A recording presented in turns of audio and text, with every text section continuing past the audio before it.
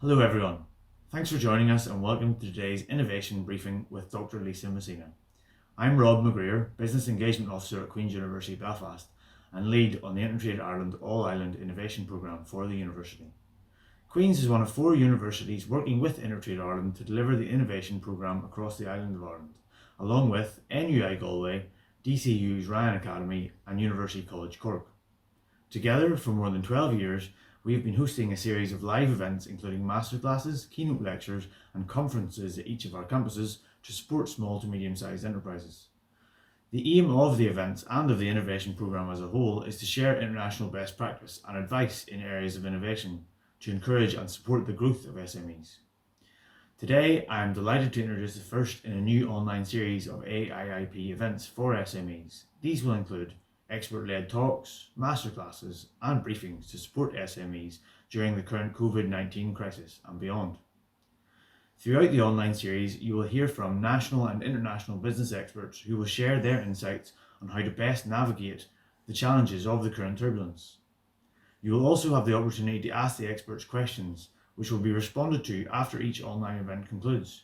And you can interact during the events by comment on the video below, tagging our @QUB engagement or @inter_trade Twitter handles using the hashtag AIIP. Please also feel free to email any questions or feedback you may have for the event speaker to businessengagement@qub.ac.uk or directly to Lisa using the address she'll provide at the end of her presentation by midday tomorrow. And we hope to have as many responses for you as possible online by this time next week. Please be aware, however, that this briefing and post-event Q&A will be displayed online, and by submitting questions, you are giving permission for them to be placed and answered on public platforms such as Queen's University Belfast and InterTradeIreland websites and social media channels.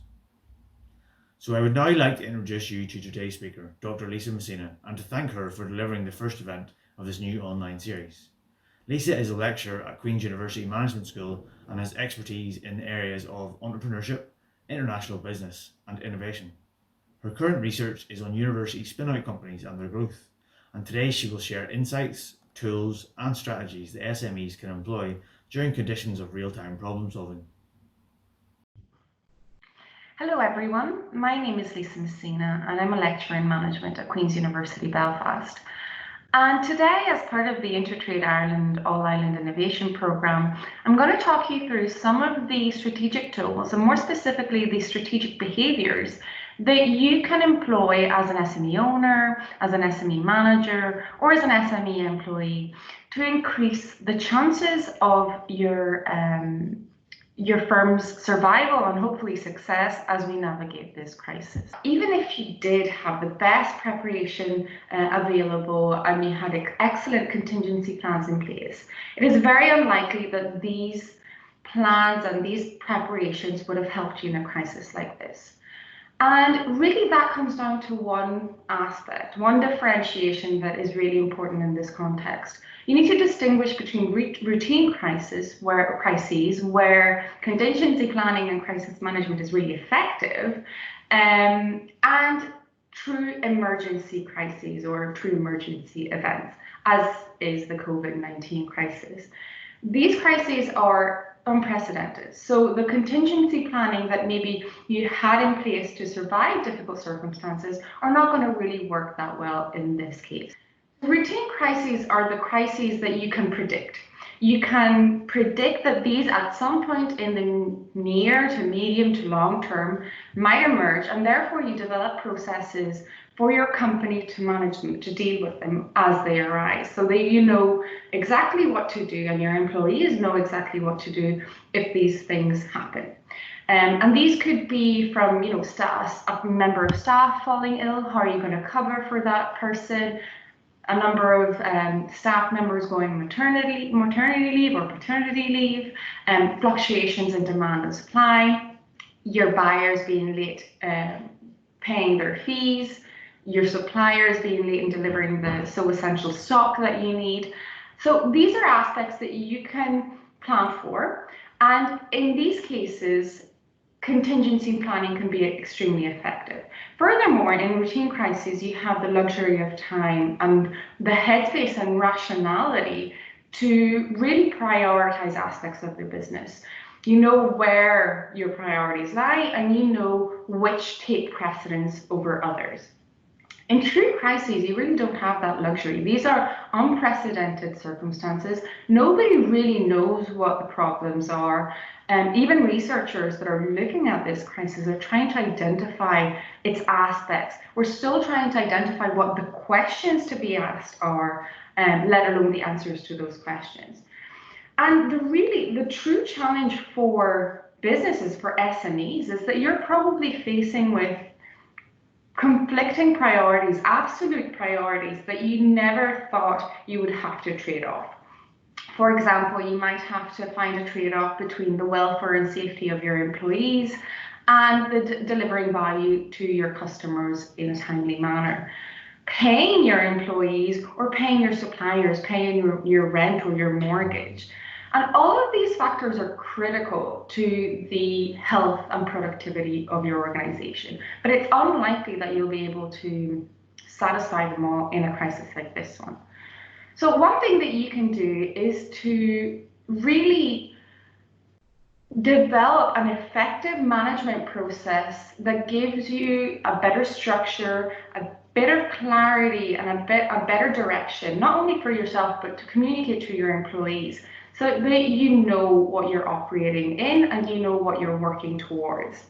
And that process requires you to innovate, to change the things that you're doing at the moment and that you were doing before, because they're not going to work in a new changed environment that continuously change. You need to exploit the wonderful skill that many entrepreneurs have, that is real-time problem solving. But the challenge is to couple that with medium to long-term planning. What are you going to do if there's a second wave of the virus in September or January? You need to really think both in the present and in the future, and that can be really challenging. And the only way really that you can do that is that if you have a structure to follow. Okay, where can I innovate? What are the opportunities? What are my risks? How can I build flexibility in this? So what can you do? So far, I've really spoken about the things that have made it difficult for you to manage this crisis, but there are certain things that you can do to increase your chances of survival and hopefully success. Number one is to get out of your emergency mode. Everybody was shocked by this crisis. Nobody saw it coming, but it's not sustainable for you or your employees or your business generally to sustain this emergency mode, trying to resume your business as usual and your day-to-day activities as they were prior to the crisis. You really need to treat this as your new normal. This crisis is not going to go away in a matter of days or weeks. It's here to stay for maybe a year, maybe 18 months, according to some sources. So you really need to view it as your new reality, your new normality. And in order to do that, you can't fight against it. You can't try to go back to your old self as a business. You need to adapt your behavior. You need to adapt your routines, your processes, so that you can work within this environment, increase your productivity and your effectiveness. And that means not only you as a manager or as an owner, your employees need to change with it. And I want to emphasize this. This does not mean try to ignore it and go back to trying to work as normal. You know, your child care issues are still going to be here. Caring for elderly relatives, parents, working from home for people that maybe didn't have the opportunity to work from home and are not used to that environment, and the inability to separate your work from your personal life. These aspects, which can be extremely challenging for many, many people, are here to stay.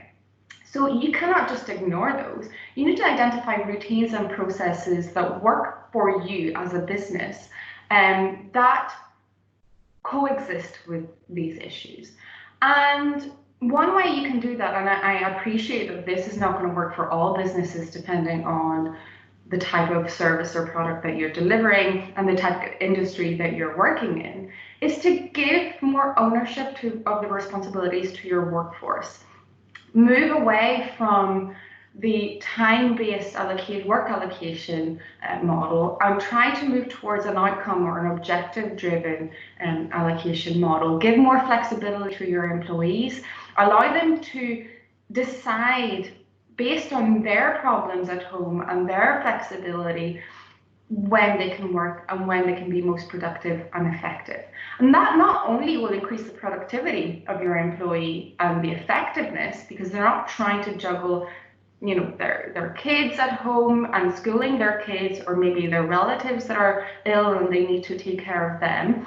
They will find a way to take ownership of the responsibilities that you've given them, manage the expectations as to when they can deliver and to what kind of standard, and give them ownership.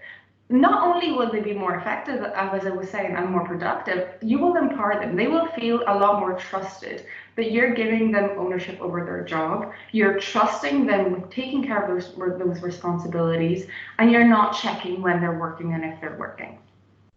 And key to that is really to listen to them and their needs and what they can achieve and what they cannot achieve. But the bottom line here is that by getting out of your emergency mode, you really need to change your structure, your routines, your processes. Trying to resume your old normality is obsolete. And if you don't do this and you continue to work at suboptimal level as a business for the medium to long term, some other business, a competitor of yours that maybe is delivering a similar service or product, will do it better, and you will lose your competitive advantage. So that is the number one thing that you need to start trying to do if you haven't done it already. So the second aspect is to adopt an entrepreneurial orientation. Entrepreneurial orientation is a strategic tool. It's an entrepreneurship theory that reflects the essence, the spirit of behaving in an entrepreneurial way. It reflects the behaviors, decision-making processes, and practices that we would associate with entrepreneurship. And employing the entrepreneurial orientation construct really enables you to recombine the available knowledge, acquire new knowledge, develop new products and processes that work for you in this newly found environment as it continues to change. And it critically gives you clarity and structure. What am I talking about? So entrepreneurial orientation is a set of behaviors that is made up essentially of three dimensions, or three sets of separate behaviors that coexist and should be interrelated: proactiveness, innovativeness, and risk-taking. Proactiveness is the part of the construct of behavior that requires you to be forward-looking and opportunity-seeking. So really, it requires you to look at your business, what you're doing, looking at the market, looking at your rivals, your competitors, and identifying ways to deliver value to your customers in a way that maybe is better and better suited to the newfound environment, and is better than what your rivals are doing.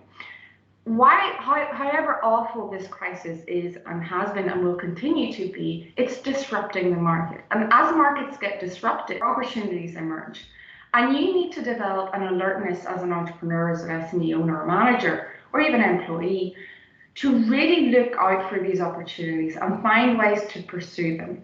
Only by doing that will you keep ahead of your competition and will continue to deliver value to your customers better than they will. You should combine that forward-looking, opportunity-seeking behavior with innovativeness. And innovation really in this context requires you to be open to innovation. And innovation is such a broad term that really what this looks like for you really depends on your business, your level of technological literacy, if you're delivering a product or a service. And really all of these behaviors, the characteristics of them will depend on your specific characteristics as a business, the contingencies that you're dealing with, and your industry. But innovativeness requires you to change what you're doing, essentially. Find better ways of delivering value to your customers in a way that enables you to pursue the opportunities that you identified through proactiveness.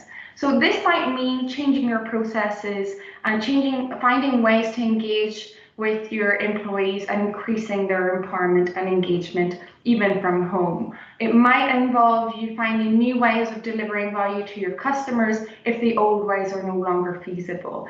It might involve you developing new products or services altogether based on the opportunities that you identified. Essentially, innovativeness means change. You need to be open to changing your routines and processes as the environment is changing and continues to change.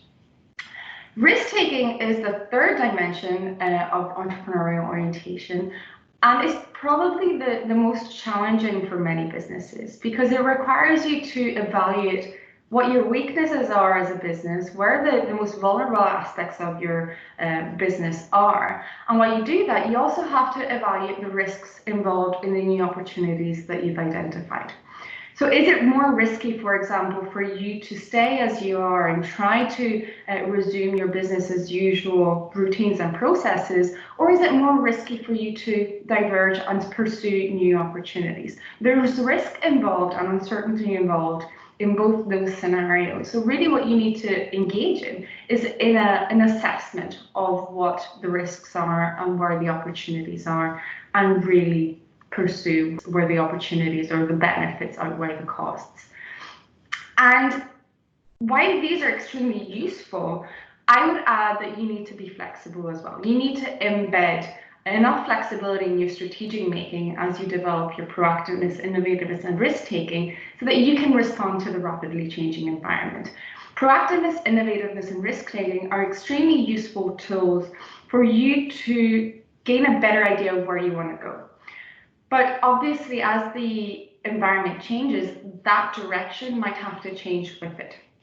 So be flexible, and that's an advantage that many SMEs have compared to larger businesses, because you're smaller. You're not as structured. Your structure isn't as cumbersome compared to large businesses. So you can change a lot more rapidly, but you need to embed that in your strategic thinking. And finally, lead and empower through the crisis. Behave like a leader. The bottom line here is that your employees and your consumers will remember how you behave during this crisis. So this crisis is really an opportunity and a risk if you don't manage those relationships accordingly. It's an opportunity for you to strengthen the loyalty that your employees and consumers feel towards you, but it's also a risk if you don't manage it effectively to lose that loyalty. And as the crisis ends and we transition into our new normal, and hopefully a much more positive normal, that loyalty will be tarnished. So behave like a leader, communicate with your employees and your consumers clearly, honestly, and offer hope. Clarify what the challenges are as a business, what you're facing, what you're doing about it, and really take this opportunity to empower and trust your employees. They might have responsibilities that you as an owner or manager are not aware of or not involved in. So they might be alert to certain aspects of the business that you are blind to. So they might see an opportunity or they might see a challenge that you're not aware of. So involve them in your decision-making process. Not only will that inform the decision-making process, it will also empower them and make them feel valued. Reassure your workforce if they are safe. Be honest if they're not. Just be clear and be transparent with them. Clarify the outcomes of your decisions or what they might be in the medium to long term, and just make your employees feel trusted. They will remember how you behave, so really take this opportunity to strengthen that relationship. So what are the takeaway points? Well, recognize that even if you maybe didn't have or weren't particularly successful in managing this crisis so far, know that this was an unprecedented crisis, unlike any other that you might have faced in your life cycle as a business. So nothing could have prepared you for this. But now you need to get out of your emergency mindset. This is your new normal. You need to change your routines and processes, as do your employees, to really adapt and find a new business as usual within these chaotic circumstances. And in order to create a bit more clarity and direction in these chaotic circumstances, adopt an entrepreneurial orientation. Be proactive and forward-looking in identifying new opportunities and pursuing those opportunities. Innovate change the things that you're doing that maybe aren't working anymore. That could be processes, products or services, ways of delivering value to your customers. Identify and evaluate and take risks that are associated with those opportunities, and behave like a leader and empower your employees. Strengthen those relationships. That is so, so important. Well, thank you very much for listening in. Hopefully you found it useful. If you do have any questions, please tweet them at QUB Engagement, or you can email me directly at l.messina@qub.ac.uk. Thank you very much. Thank you very much, Lisa, for that fantastic presentation. That was really interesting, and I'm sure it will be used to lots of people watching and listening. I'd like to thank you all once again for tuning in. And if you have any questions or feedback for Lisa, please email them directly to Lisa or to businessengagement@qub.ac.uk by midday tomorrow, Wednesday, the 20th of May, or tag either at QUB Engagement or at @inter_trade on Twitter using the hashtag AIIP. We hope to be able to answer as many of your questions as possible, and Lisa will be online here again at the same time next Tuesday, May 27th, with her responses. I'd also like to thank InterTrade Ireland for supporting these events, and we look forward to viewing the rest of this new online series, sharing practical tools and innovation advice for SMEs during times of crisis.